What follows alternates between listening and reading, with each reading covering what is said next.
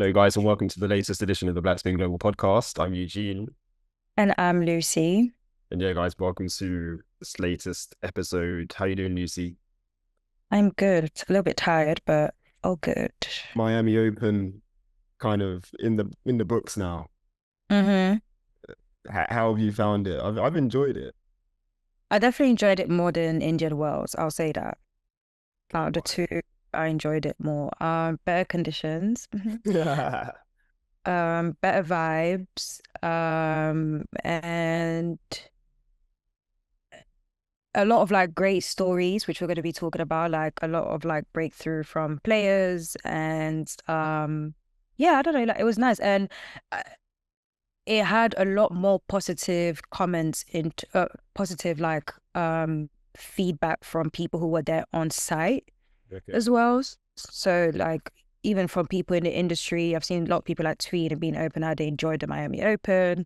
As fans, of like journalists or whatever. So yeah, it seems like it was a successful tournament, although I do have one complaint which we will talk about later on. You're laughing because you know which what it is. So yeah, but Oh, Lucy. aside from that, I liked it. I would love to go to Miami Open one day. What do you think? How Yeah, did you no, feel about it? I agree. Definitely would love to be out there. I'm sure we will be soon. But no, I agree. I think very good matches. Like you said, the conditions also helped that. The courts were quicker than Much Indian quicker, Wells. and I like fast courts. That's my thing. So, Uh, but yeah, like again, the storylines, and we'll talk more about them later on. But yeah, before we do get into the Miami Open, let's start with some news. So this actually broke during the first week, the PTPA stuff. So the mhm. PTPA suing the ATP, WTA, ITF, and ITIA. For me, Lucy, the whole thing just seems a bit weird, and like I have not said anything in terms of like I've not posted anything on our socials about it because, and again, we were speaking a bit before we came on, but I don't really think it's any of our business in terms of like non-tennis players. Like this is between the players or said players anyway, because even in the lawsuit, I think there are like 18 players that are like kind of represented by the PTPA or that put their Mhm. name forward or kind of signed up for this lawsuit. Mhm. No, like standout terms in terms of like big names. I think Nick Kyrgios is probably the biggest name in the Mhm. lawsuit. Mhm. Um, yeah, I just don't really think it's something that like if you're not a tennis player, like you don't really have much of a kind of standing in terms of having any kind of opinion because it doesn't really affect you unless you're a tennis player.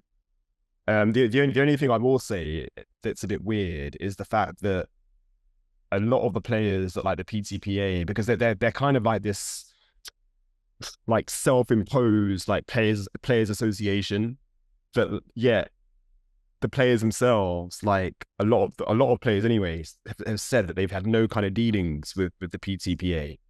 Like no one's reached out to them or like they haven't heard about the lawsuit. Like I think Coco Gauff was quoted saying that, yeah, she literally just heard about it when it came out on social media. Like no one from the PTPA directly spoke to her. Jack Draper as well kind of said the same thing as well. So that there's a lot of like cloudy kind of information that's like not completely clear. And it just, yeah, for me, it's just it's a bad look for the sport because it just shows how like disjointed like tennis is, and that for me is quite sad. Yeah, what are your feelings and thoughts? I have my opinion, but I don't necessarily agree with you with the it shouldn't like it shouldn't concern us, the fans, because Okay. we're watching them.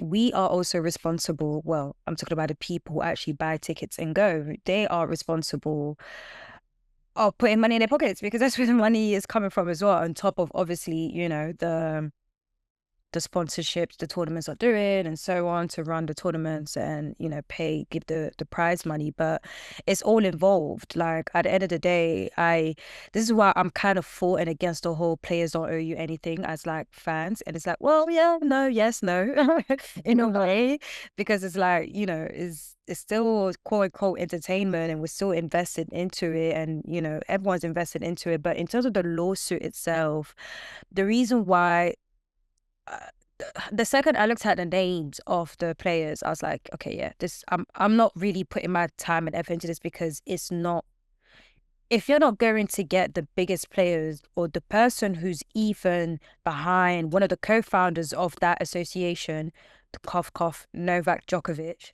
he's like a bit like, if he's even like that, what are we doing? For me, I don't see the point. I'm not saying some of the things that they've raised is not important, or is we should like, you know, leave it out.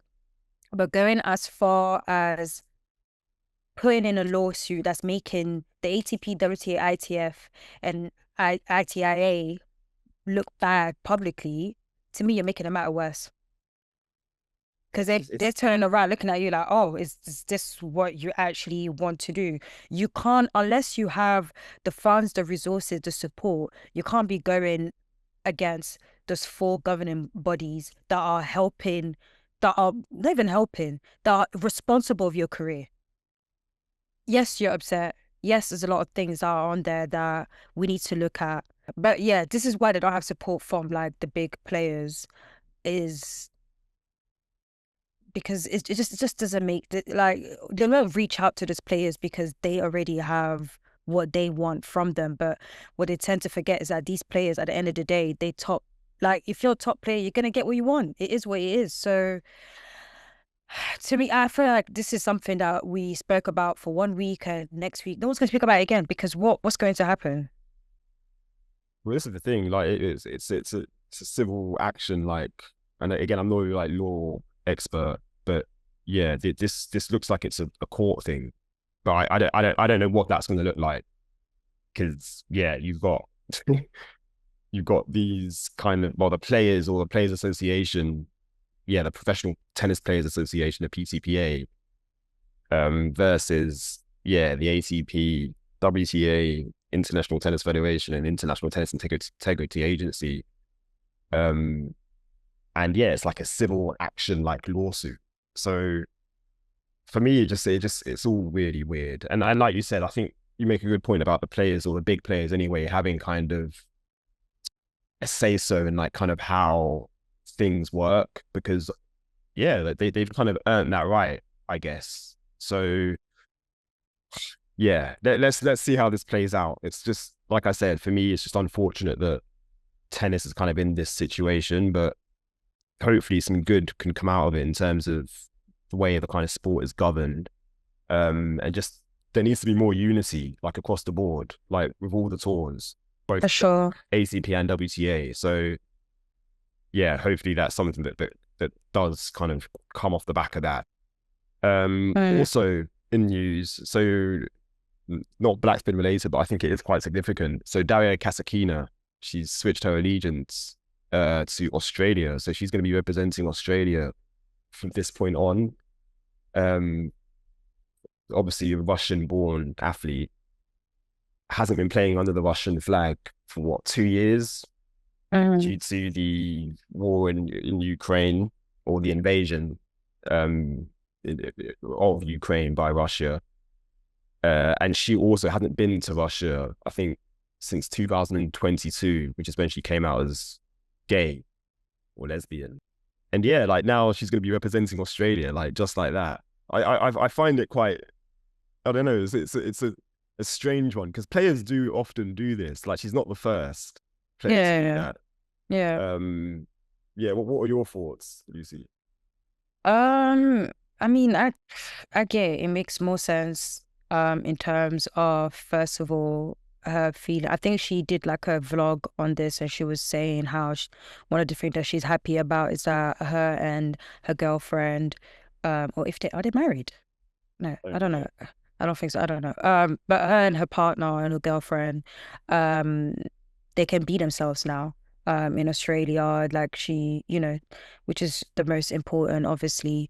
Um, and but also even as we need to remember, they need the support financially and in all these different things. It was probably harder for her. You don't know, maybe it was longer for her to get visa for certain places, or like having to move around simply because she's associated with a country where she most likely does not, agree with someone. Actually, not even most likely, she's been open. She said that she doesn't agree with what's been going on and so on. So yeah, I feel like she just did it in a way to just make her life easier, her career easier. It's just my thing that's funny is that now she's automatically the number one ranked Yeah, Australian yeah. player. It's mad. You know, so yeah, but yeah, I mean, I've heard good things about Australia. A lot of people that I know, well, I don't personally know, but I've known some black colleagues or something that said, oh yeah, they have family members who moved from here to Australia and they live in their best lives. So yeah, I mean, as long as yeah, like I said, it seems that it's helping her in terms of her career and her personal life. So I'm here for it. Yeah, no, fair play. Last bit of news, Sloane Stephens. So congratulations are in order. Doc&Glo recognized by Founder Made as Clean Beauty Brand of the Year. And I wouldn't say that's the first award for Doc&Glo, which is Sloane's like health and beauty brand, I guess you can call it. I don't know. So basically they sell like roll-ons, deodorant type of thing, but it's like the way that is made in like with good ingredients, healthy Like ingredients, safe environmentally friendly. ingredients, and also like not a lot of like chemicals, like natural. So I was looking into it, but obviously being based in the UK, delivery is like a pain.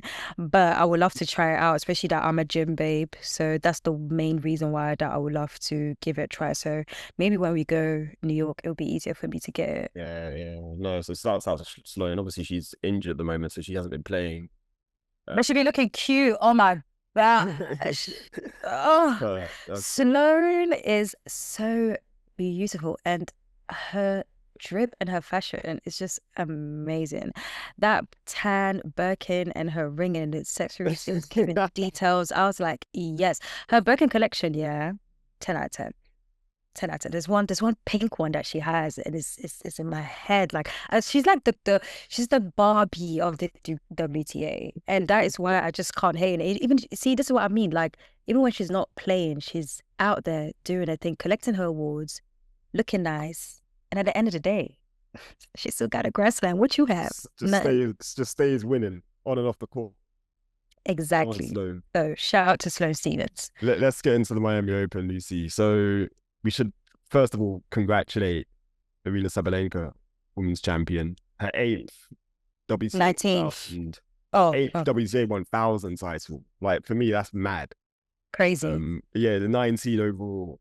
Mm-hmm. So it's pretty outstanding. She is the world number one, like undisputed. Like, and I think she played some really good tennis. Like She did. She didn't drop any set going into the final. well, she didn't Zero drop a set set. all. Well, she didn't drop a set all tournament, did she? Yeah, that's what I'm saying. Yeah, she But didn't drop like early set, like go into it. Yeah. the only match I watched of hers would be like intent was obviously the Paolini Mm-hmm. semi-final. Mm-hmm. And Paolini didn't even play that badly. We'll get onto it. Like for me, Paolini Yeah. didn't even play that badly. Like Sabalenka was just too good. So good. She carried that form on. So Yeah. yeah, shouts out to her. Also want to shout out the Filipino wildcard, Alexandra Eala or Eala. Am I saying her name correctly? I'm not sure. Sorry. But yeah, shouts out to her. So she's 19 and like just had an incredible run again to the semi-finals. Kind of came out of nowhere. Like I say nowhere, she was a wild card, and like people have known about her for a while. Like she's affiliated with the Rafael Nadal Tennis Academy, so that's where she trains. And it was cool seeing Tony. I say cool. Saw Tony, your Uncle Tony, in the stands for one of the Was it matches. cool? Was it cool? Chill. Was it But cool? so I mean, there's a lot of talk around her, and I think she's kind of again announced herself, like in terms of showing that she can compete, like at this level. Mm-hmm. So I'm very excited to see like what she can do. And for me, it was good as well to see like all the Filipino like fans in the stands. Because I do like that. Like when we do have a new country kind of getting into the sport, I think that's only going to be a good thing for the sport going forward. For sure. So yeah. And yeah, it was also nice seeing Serena Williams, although she was only there for one day, I believe, but she was there for the Novak Djokovic. Djokovic Lorenzo Musetti match. Um, and yeah, we did post about that as well. So There was some discussion though. I don't know if you saw it about her attendance, and I'd like to get your opinion on it. oh, Like a lot of people were like, it's nice seeing her at these tournaments, but why does she always go to the men's matches and not the WTA? Do you have any? I'm not so bro. I was gonna say, bro, you got Serena, man. I'm not Serena. Oh, well, what's your opinion? It's a podcast. Come on. Oh yeah, clearly, like she enjoys watching the men. Like I guess, like I don't know what what's your opinion? I feel like people kind of forget the things that Serena has to deal with in the industry from the WTA itself, including the WTA. So I understand if that's the case. I understand if she's literally like, listen, you guys made my life hell as much as you've contributed to who I am today as a player. You have made my life hell as well. You've not protected me when I'm supposed to be protected as a black woman or as a woman, because a lot of the things that Serena has dealt with, no one really had her back as much. And that's why you have so many people who come to us that say, I wish your platform was about when Serena and when Venus and Serena were playing. Do you get what I mean? So I'm not too, it'll be nice in terms to help push the sport, but at the same time, I don't really blame her. And also too, Serena didn't really want to retire in a way. Like it's a thing of like she had to based on where she's at the stage of her life, but she loves the sport so much that it's probably so hard to watch other people doing something that, man, I love motherhood. I love being a wife. I love being a businesswoman. I love everything I accomplished, but I still itch and wish that I was on that court. Andy Murray is already bloody coaching. Like, think about it. This is something that you do for 20, 30 years and all of a sudden stops. You don't know how to act anymore. And I know there's also quote unquote, you know, recession, everyone's around, but I feel like when it comes to a lot of these players, they're still about because tennis, you have to be so invested into it, especially as an athlete, you're already so invested into it, and all of a sudden, I'm done and I'm supposed to be, just So what about coaching then? Because you're not getting to coaching. no, because I think that will get her too, she's too emotionally I see Venus more, I've already said this, I've said this for years, I see Venus more being a coach than Serena.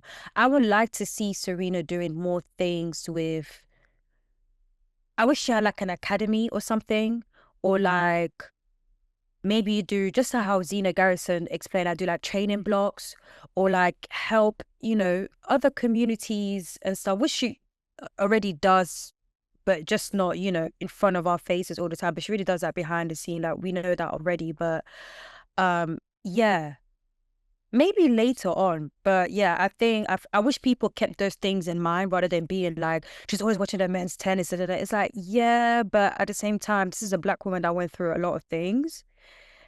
And also, this is a woman who had to unfortunately pick between family and her career. And as a woman, it's unfortunate. We have to be in that position a lot of times, That's you well know? said, Lucy. Definitely. So, yeah, I just wanted to get your opinion on that. But anyways, back to the Miami Open. Another wild card, Victoria Mboko. What a story, man. Wow, wow, wow, wow, wow. I am a fan. And I hope she gets a lot more wild cards this year because she was amazing. She Well, she was won't need them like if she carries on the way she's going. Like she's gonna just get true, tournaments top one. true that, Like true that, true that, true that. But nah, she was just so good. She actually had Camila Osorio in the uh, first yeah. round, 3 sets. That match was insane. Like I think that it was like 100 and something points for each, and it was like 1 point between different. It was crazy. It was so crazy, but it was so good, and it was just the energy from her. I think what I appreciated the most is the fact that she if you went to watch her, you would think, oh yeah, she's been doing this for time in terms of playing at a WTA 1000 level because of her confidence. Like, for example, Alexandra, like, you can tell by her energy that this is her first time because she was still like, not in a bad way, but whereas with Victoria, she was so confident. Like she had like her head up high, like especially she's much younger. Well, not much. She's only like a year younger or something like that. But it was just nice seeing, especially from a from a black girl. Like one thing that I love about a lot of the black women in the WTA is that even the ones that we've had years before to now, is despite how white the sport is, despite how much we're being pushed out, they're not afraid to show their personality. They're not afraid to show their confidence. They're not afraid to be out there and be them. From Coco to Victoria, obviously Serena to, Zina. And most importantly is the fact that they know what they have to face, and they're still like, you know what, let me just put that to the side and do what I have to do. So it was very nice. I don't know, to me personally as a black woman, whether they're 18, 60, 30, when I see a confident black woman in such space, it's just so nice because we're always being told to calm it down. Hence why they're always called Serena intimidated, because it's like, no, you need to calm down a little bit. So it was nice seeing that. But specifically on her tennis, that backhand, serious.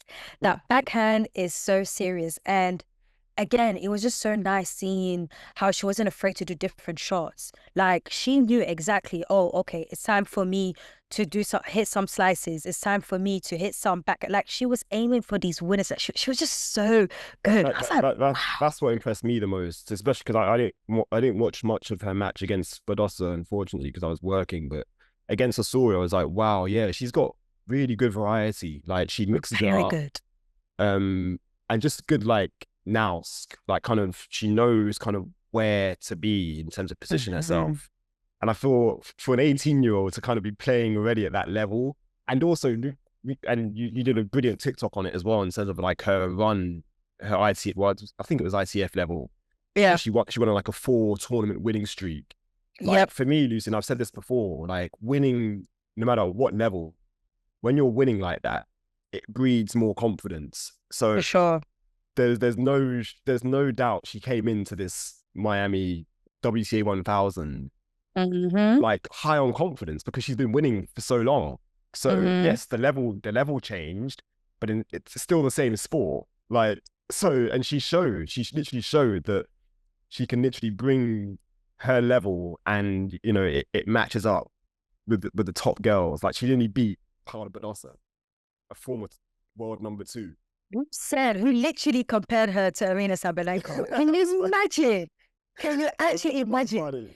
She had that girl so shook. She was like, am I playing her Arena Sabalenka? Like, I don't know what I'm doing here. Like, what is actually going on? And even at the net, like Badosa was like literally embracing her, like, rah, like, you made me work for this match. And yeah, man. But even like Victoria, she even said in an interview for Tennis Canada, I believe, where she basically said that when she knew she got the wild card, she already said, I want to face a top 10 player because I really want to show myself out there. And that, again, it goes back to the whole confidence thing. And this is the difference. When you play, when you have that confidence, and when you play when you're like not that sure, is completely different. But a massive shout out to Victoria Mboko. She had 2 tough opponents. Camila Osorio might not be a top 10, but she's still like, very high, very experienced. And it was a great match from both of them, by the way. Like Osorio was playing really well. Like, it was a very entertaining match. And even the one against Badosa as well. She was so close. It's just about experiences. So I really hope to see a lot more of her matches. She was really exciting, and yeah. Osorio, she beat Osaka, I want to say, Indian Wells, didn't she? So Yeah, like that is not that exactly. that is a tough Yeah, this opponent is what I'm saying. Yeah. to come through that in 3 sets. And like she's a in general, Osorio is a very, very good player. Like I Mm-hmm. think she's top 50, I want to say. Um Yeah. so yeah, well she's 54 right Mm-hmm. now. But yeah, from Buko to get that win first round and then very nearly beat Badosa, like so good. And now, yeah, Sure. she's been selected for the Billie Jean King Cup for Canada for the first time. So Nice. she'll be representing Canada, I think in April. Don't know who they play, but yeah, that's her first time representing Canada at Billie Jean King Cup level. So just Mm-hmm. the only way is up for her. And I think she's going to be up to like a career high ranking as well. I think she's currently 155 in the live ranking. Nice. So yeah, she's only going to keep going up and up and up. Yeah. We should shout out Jasmine Paolini as well, making the semi-finals, 6th seed. Um, this is the first time she'd won more than 4 matches since Wimbledon, which is crazy. And yeah, I feel again she played such good tennis, man. Like for me, the match that stood out was the Osaka win in that Yeah. round of 16, because I just thought like in terms of I know I did post on our socials, like I feel like that's kind of given her, or it gave her the confidence to then kind of go on and she carried on against Magda Linette in the quarter final. Like she just literally blew Linette off the court, and Linette was coming Mm-hmm. off the back of beating Coco Gauff. So Mm-hmm. again, she was high on confidence. Mm-hmm. But yeah, again, a big thing for me was seeing Pauli not play with the ankle brace, and I think that freed her up in terms of her movement. Yeah. So I think things are boding well. She's still a top 10 player. Like, of course, yeah, it's not in terms of like the wins at singles anyway. Like, she's not had the kind of standout results like she did last year. Mm-hmm. But she's still like she showed for me anyway. Miami showed that yeah, do not forget about me. Basically, that was like Facts. a statement kind of tournament. I feel for Paolini and I Yeah, because a lot of you were doing a lot of yapping. Too like much me yapping. like me Too much. against Sabalenka, she didn't actually play like badly. Sabalenka was just too good. Simple as that. And it was the same even with the Osaka match. Like everyone was like, Osaka should have done this, Osaka should have done that, Osaka should have. First of all, Naomi Osaka during that Miami Open, that was one of her best performances. Again, Definitely. she just kept on improving. One thing that she improved so much on was her movement. She was moving her feet. And each match she was getting better. For example, I can't remember, there was one match where at the net she was not playing as well. The very next match she fixed it up. I don't know what her and Patrick are doing, but it's working really well. It's a great partnership there. I'm loving it. So that's that. What it was at that match, it was simply Paolini being a best player, the great player. Like you guys, and this is why last year you were all doing, who expected this? No, we never expected Jasmine Paolini. No, no, no, no, no. The problem is you guys keep playing with the Queen of Italy. She is. Love that nickname, And, the Queen of Italy. I love that. and you know what? Do you know why? Because I remember last year, Italian journalists telling us at tennis tournaments that people were getting into tennis because of Jasmine. It's not just Sinner. Yes, we have Sinner and everything, but he's not about right now. But when it comes to when it comes to actually getting Italians into tennis, she literally gets the credit for it. And I'm not there, but if tennis journalists are coming and telling me, hey, people are into tennis because of her, and even Sarah as well, because they're killing it in the doubles, especially after the Olympics as well. Mate, come on. So this is the thing. You guys need to stop playing my girl. Yes. And the thing is, I'm really glad that you mentioned her not having her ankle thing anymore, because it showed to you, because remember I was saying it before, she's slightly injured. She has not been moving as well since US Open, by the way. Her movements before US Open, post US Open, have not been the same. And then it got even really bad around the Middle East and stuff. And now look, all of a sudden, her leg is feeling a little bit better. And look, we made it all the way to the bloody semi-finals that we lost to the #1 player who's literally really, and remember Sabalenka is very good with fast courts as well, and she's good at hard courts. Like she's a hard court specialist. But word to Medvedev, do you get what I mean? So yeah, like that's what I was so happy with Jasmine this tournament. Like she was just back on her level, and it was back to what we had before. And I knew it. I just knew it was the fact that she felt she was a little bit uncomfortable with her leg and everything. And now she's great. But I just hope this is just a little bit more boost. She's really looking forward to clay season. And yeah, I'm happy, man. And guys, please stop sleeping and stop disrespecting my girl Jasmine Paolini. Like, Shouts out, hello. shouts out to Jazzy. I do want to shout out the net performance as well, because what I loved, for me, that was my favorite match of hers, probably more so than Osaka, because it was just ruthless, like straight sets, like just playing. She just blew the net off the court. She played, yeah, she played Power, really and well. like again, I think she's a really good thinker as well on the court. And we've said again how she must be a joy to coach, because her attitude is just always on point. But yeah, fantastic tournament for Jasmine Paolini, man. Last four, and I am looking forward to seeing her on the clay. So Yep, we do look forward to that. Osaka too, and I like how you mentioned her. Very good tournament. So she reached very round of good. 16 after a slow start. So she did lose the first set, I think, against Julia Stradonstaber. So I butchered that name. I'm so sorry. But she won that in 3 sets, and then got a straight sets win against the 24th seed Ludmila Samsonova. Again, very impressive win. Because I think Samsonova reached the quarterfinals in Indian Wells, so she was coming in off the back of a good result in Indian Wells. But yeah, Osaka won that in straight sets. And then it was the battle of the Haitians in round 3 against Hailey Baptiste. They always have like long matches, like second match of And the year that went to 3 sets. and listen, Hailey, that match, oh, Very good level. mate, I think that was her best. Literally her best. I did ask, and someone did say that they don't. I felt like it was her best, but someone did mention that they feel like she played better than that, but it was her best in terms of movement. She definitely did move a lot more.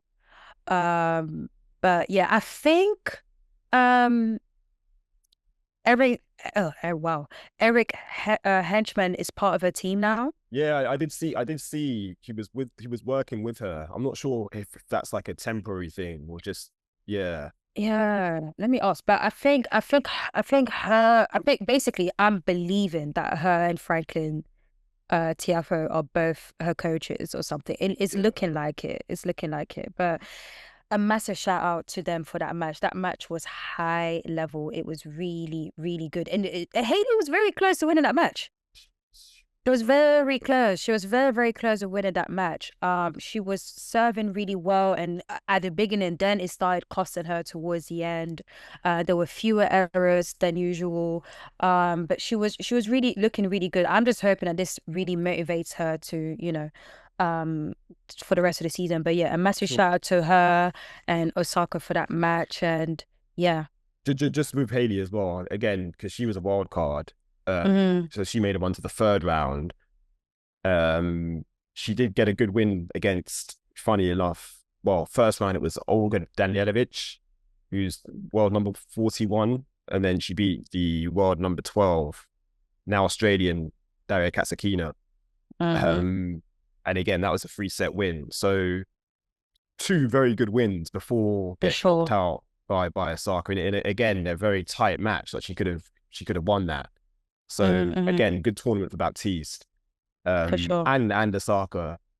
Coco Gauff, she also reached the round of 16. The result against Sophia Kenin, because she got a first round bye, so it was the second round against Kenin. Love and love. Incredible. To do that to a Grand Slam champion, I'm sorry, that's wild. Uh, Like, you know what I'm gonna say. go on. It's time for Ken. It's time for Kenny to get rid of her dad, guys. Guys. Your parents are here to love you and be parent. It comes to a point where you gotta say, Daddy, Mommy, I love you, but you gotta go. You gotta exit. Okay, Kenan, please, you're too talented for this. Okay, shout out to Pops. Thank you for your services, but you gotta go. But yeah, it was. I'm happy she got the bagel, Coco, but it did hurt me a little bit because you can tell Kenan really wants to be back and get it right.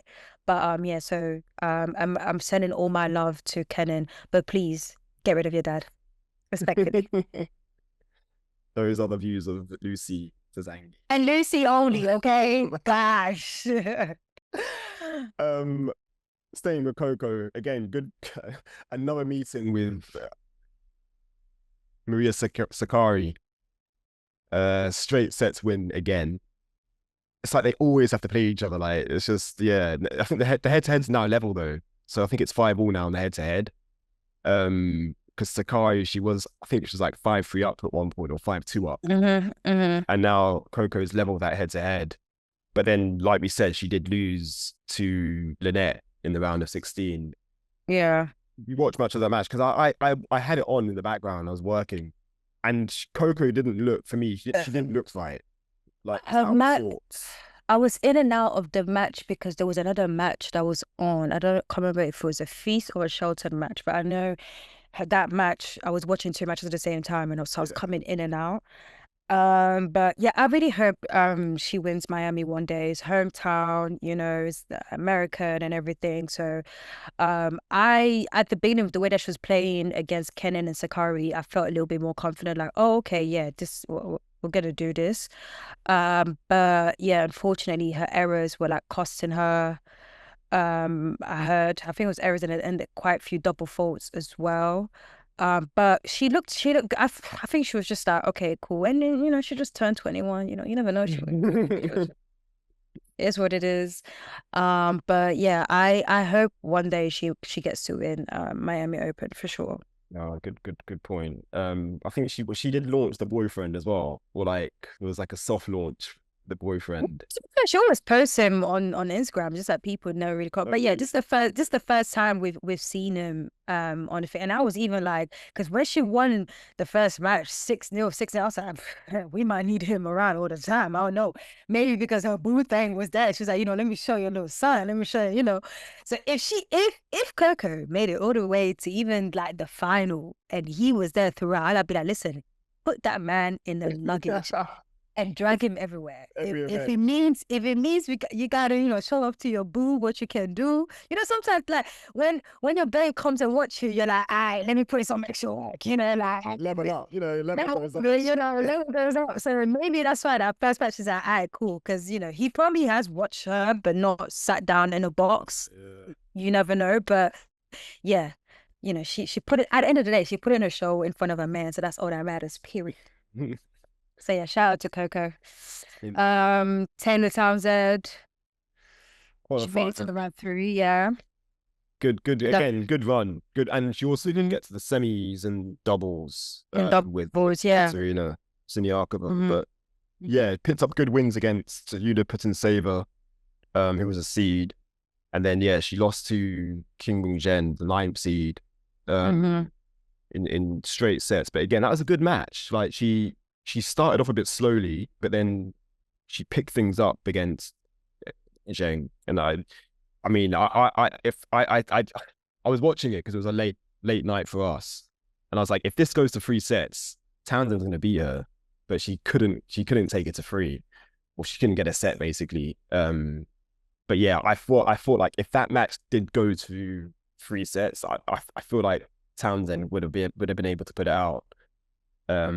I knew it was going to be a tough one because Kinwen is Kinwen. Yeah. Of course. But although I didn't really realize Kinwen apparently her top 10 thingy is not looking like she plays better with like lower ranked players than the top 10 players. Like she get her wins head to heads against thingy.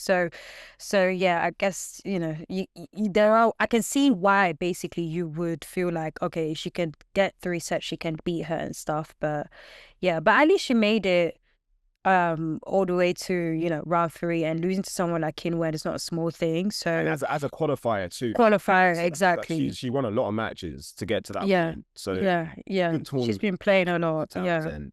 Yeah. I say that wraps up the women. But I do want to shout out Parks actually, because she got a good win. She had True. a comeback win in her first round match. Which again, I think she was match points. I think she saved match points in that match. So good to see her kind of. She's starting to play like more consistently, I want to say. Looks like that Frenchman is helping us out, boy. What's his name again? Jeremy Chardy. Yeah, boy. So, I mean, things ever since he's joined, you know. yeah, it was Varvara Gracheva, the French. Well, she's actually Russian, but she represents France. But yeah, she beat her in the first round and then lost to Leylah Fernandez, the 26th seed, in the second round. Even that match, the first, I feel like if she won that first set, it probably could have, you know, turned things around. Like she could have, like that first set, I feel like she could have won it. Yeah. But I mean, she beat Fernandez. Was it last year, Australian Open? She beat her recently. Yeah. So yeah, but no, I'd say overall very good tournament. In terms of level, like on the women's side. Let's talk about the men now.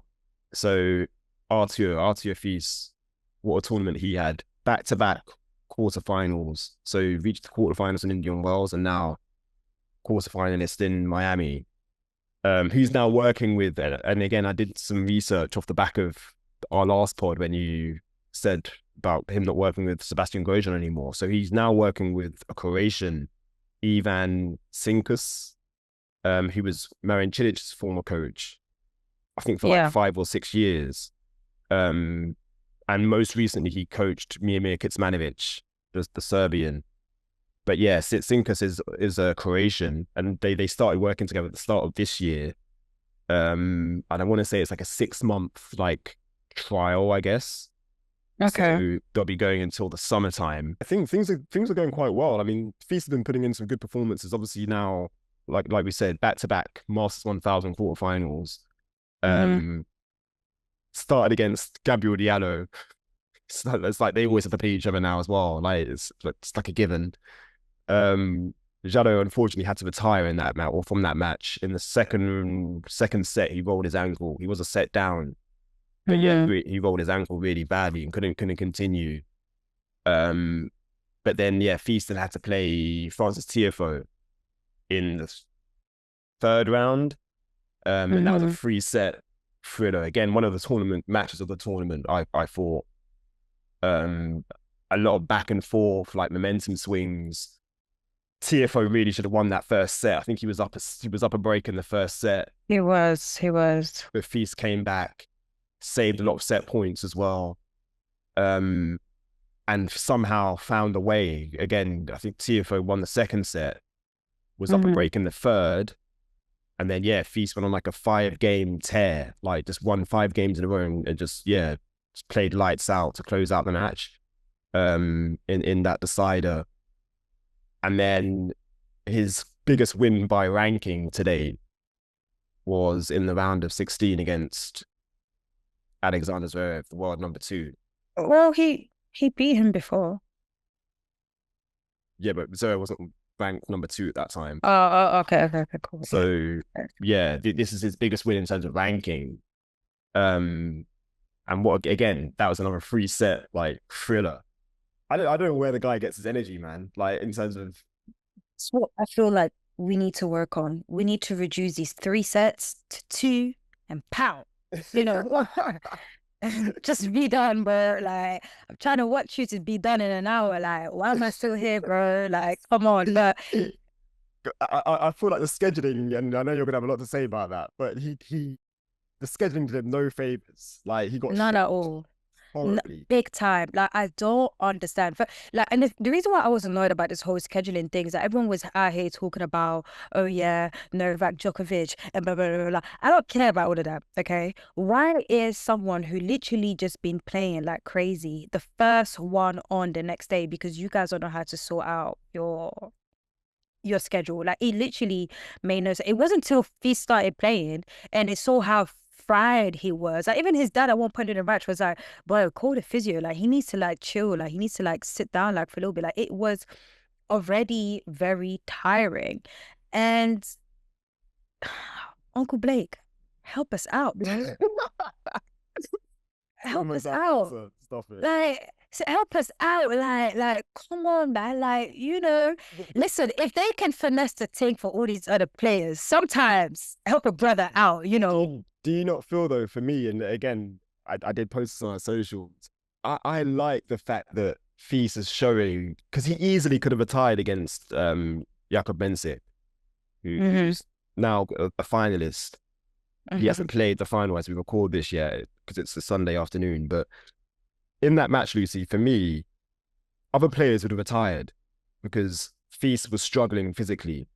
But He was. I feel like he deserves a lot of credit for like just basically seeing it through to the end. Yeah. I just feel like not enough is like kind of made of that in that he basically didn't chicken out and say, "Oh, I'm going to retire here because I'm not right, and I don't want to basically put myself through this, like to go through and take the L." Like, but no, he basically he held it down and took the beating basically, which I think is unfortunate because, like you said, the scheduling did not help him out in any way at all. That match should not have been first match on that day. It should have been really second or third. It shouldn't. That first match actually should have been the Djokovic match. But the thing is, the issue is that because there were two American players, they were trying to put them both in the evening. So, and then when you look at the rest, it's like, okay, let's just put the Fils match. But still, like, it was really annoying. But I hope that he, as a player, I hope Fils takes this as a sign that it's time to wrap these match up much quicker. We can't be doing 3 sets all the time. Because that's the thing, he was on court for too long. No, Eugene, he is not. And I love, I really love Fis's game. I love him as a player. I think he's really great. But when you look at a lot of his records and look at all of his matches, a lot of time he is playing for a very long time. Okay, so the Tiafoe match, I mean, they're literally they're a place. I think Tiafoe is one place above him in the rankings. So in terms of like level, they're at a similar level. So for me, that was always going to be a close match. Zverev, again, that's the world number 2. Like you're saying, you should have wrapped up in straight sets. With the way that he was playing, yeah. Like even the Tiafoe match should have been wrapped up. Like a lot of the time when I'm watching a Fils match, I'm thinking, yeah, straight sets, we're gonna be done. I come back and come to find out we're not done. We won the match, but we're not on. But okay. But it's honestly true. Like, and this is coming more as a pace of like, I want him to do these things so he can be able, because it's costing him. It merely cost him a Tokyo, which he won, thank God.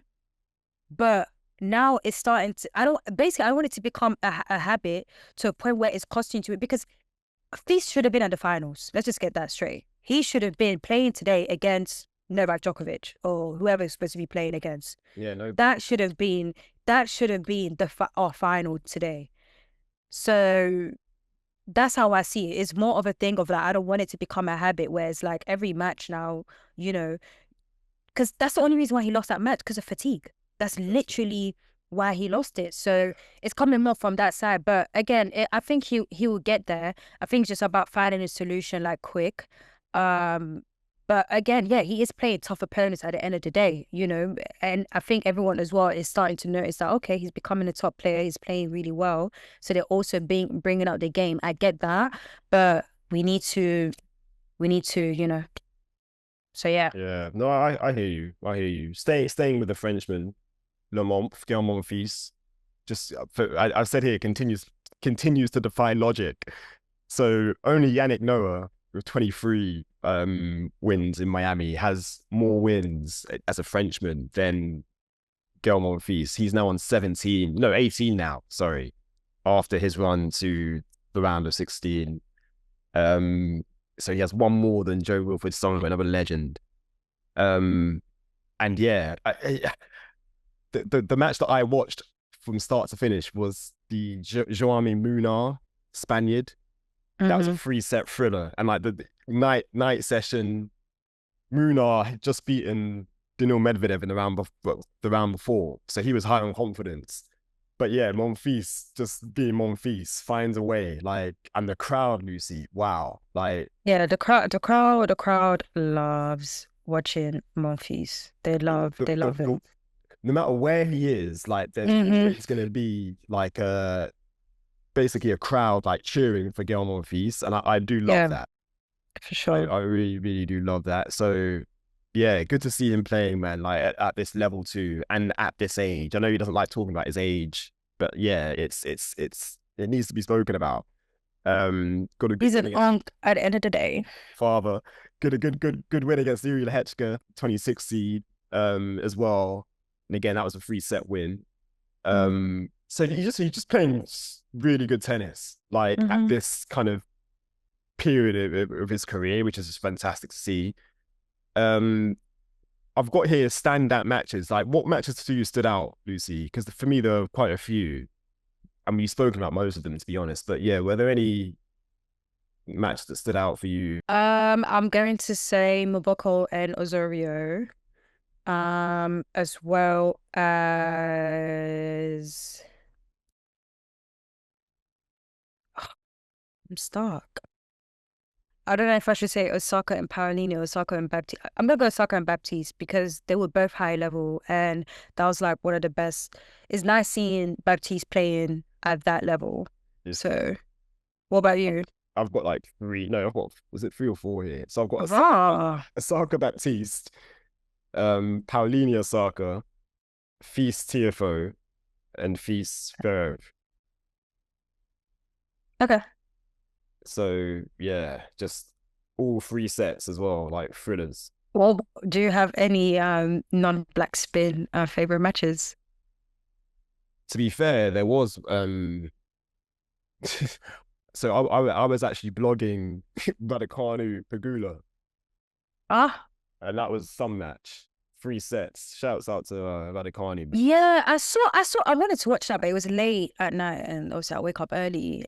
But I woke up next day and I saw the stats and I was like, right, they were hitting. Very good level. Very good. I was like, oh, okay, okay, okay. And I was putting you on, go on. to be fair, I asked that question to put you on the spot. I thought you didn't. Ah, you joker. No, because I saw Tamani the next day and I was like, Pagula, people sleep on Pagula, man. Like she's a talent. And She made it to the final. I was expecting more from her in the final against Sabalenka, but yeah, Sabalenka just too good, man, at the moment. Yeah, yeah. So yeah, that wraps up Miami, Lucy. We've got 250s now. When we're on to clay now. It's clay court season officially. Well, So before you get to clay season, how did you feel about the first hardcore season? right, yeah, I've enjoyed it. I've really, and it's for me, obviously being black spin, it's been good seeing black players go deep.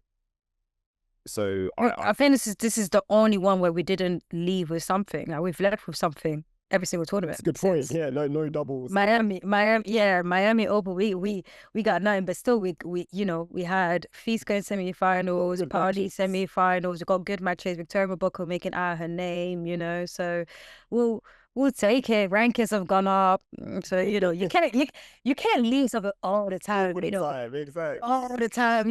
God was like, y'all getting too greedy. Let's wait a little bit. What would you give out of 10? As in the first quarter?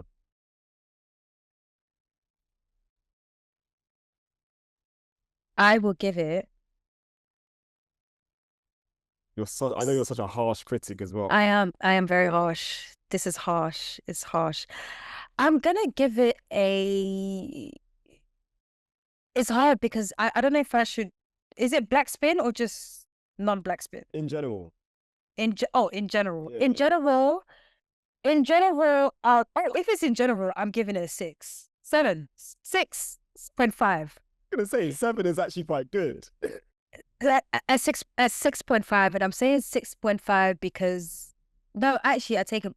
Oh God. Do you know what? Do you know? Sorry, Okay, question. I'm sorry. Yeah. but Go on. this is right. The reason why is because they is more. It's do you know what? Actually, I'm gonna be very harsh. Actually, but I'm sorry. It's mainly because of the ATP, the lack of consistency in the ATP side. Um, please explain to me how the banned number one player is still number one, and how we're having random, not respectfully, random winners and not the top winners. Okay. With that being said, Yannick Sinner, I apologize for all the nonsense I've spoken about. Please come back because clearly we need a boogeyman back to wake these top players up. Because if they can't do what they have to do to take you over, then I'm sorry, man. I take your back. I think they should even reduce your ban, keep it to 1 month, and come back and just keep calling it a day. Whoa. Sure. No. But I'm gonna give it a 6.5 because it's just been too. I don't know. It's not the excitement in tennis this hard court season is becoming more because of the black players. In tennis overall, it's like, bro, what's happening? Is very wishy-washy, but at the same time, it's exciting because you don't know what to predict. The fact that we had a moment where top players from both WTA and ATP were not at a high level and we're going to Indian Wells, like, bro, who's going to win this? Only to find out it was, players that we did not expect to win to actually ended up winning. Probably Mira Andreeva, we can say maybe some, since she won a 1,000 title right before, but still she was in a final against a top number one player. So there's the excitement thing about that, but at the same time, it's like, what is going on? To me, I'm in a very weird stage with tennis right now. It's like, come on, guys, shake it a little bit. Fascinating. Maybe you'll get that in. Well, for the clay, you'll get some more. I hope so. But in terms of black spin, I'm gonna give it a nice little 9 out of 10. Honey, hello. Shout out to the black players. Do you know how many titles we've won this hard court season, please? Including 2 Grand Slams. Hello. Crazy. Wake it up.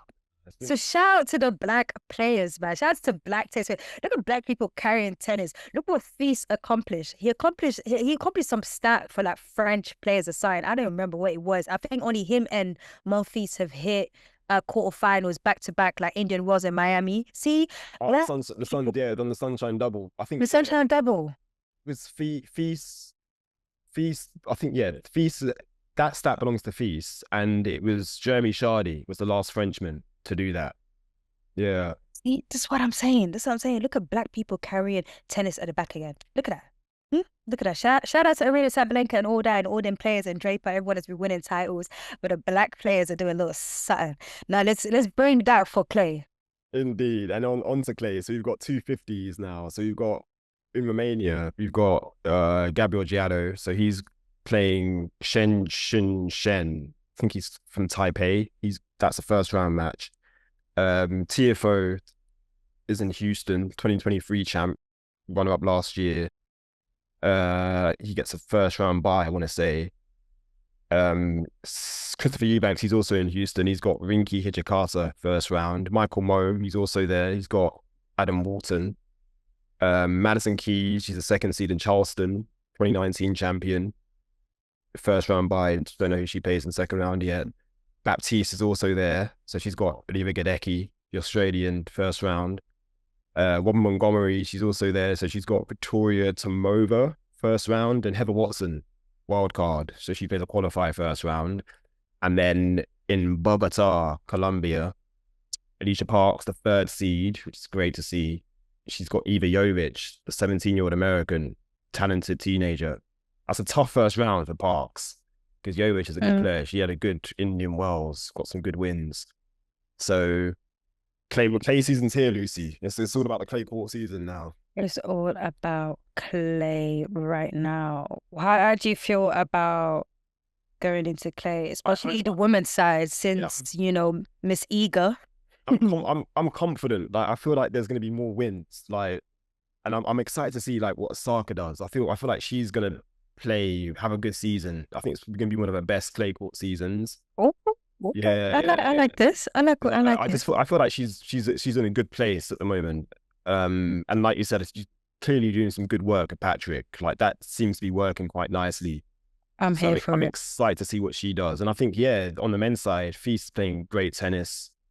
Um, I'm Tiafoe as well. I think he's starting to click. Things are starting to click for him as well. I know he lost to Fils, but he played well in that match. And yeah, I feel like the confidence is slowly coming back. So yeah, I know a lot of Americans don't really fancy the clay, but I mean, yeah, let's get it, man. Like I'm Let's get it, and let's get to watching matches at normal times. Thank God. well, to be fair, we're still in America. So Charleston, Well, Charleston is like what, and at least just 1 week, yeah, and then true. we're back, Yeah, and then after that it's like, for the European European. swing. Yeah. Yes. So yeah, guys, Yeah. man, thank you again for tuning in. Miami's been fun. I've enjoyed it. And I shouts out to enjoyed our it. winners as well. Arena Sabalenka, we'll find out. Well, might as well just say congratulations, Novak. Title number 100. Can you imagine? That'd be pretty big to do that. I swear, is he the first one? Because or no, Federer did it. Mago did it. I think, Did he? yeah, I think. Yeah, his did it. Yeah. Ha! I'm joking. But yeah, guys, man, thank you again for tapping in. We'll be back. I want to say maybe, well, 2 weeks again, I guess, for our first like clay court roundup. So yeah, stay tuned for that. And obviously, yeah, stay tuned on the social media.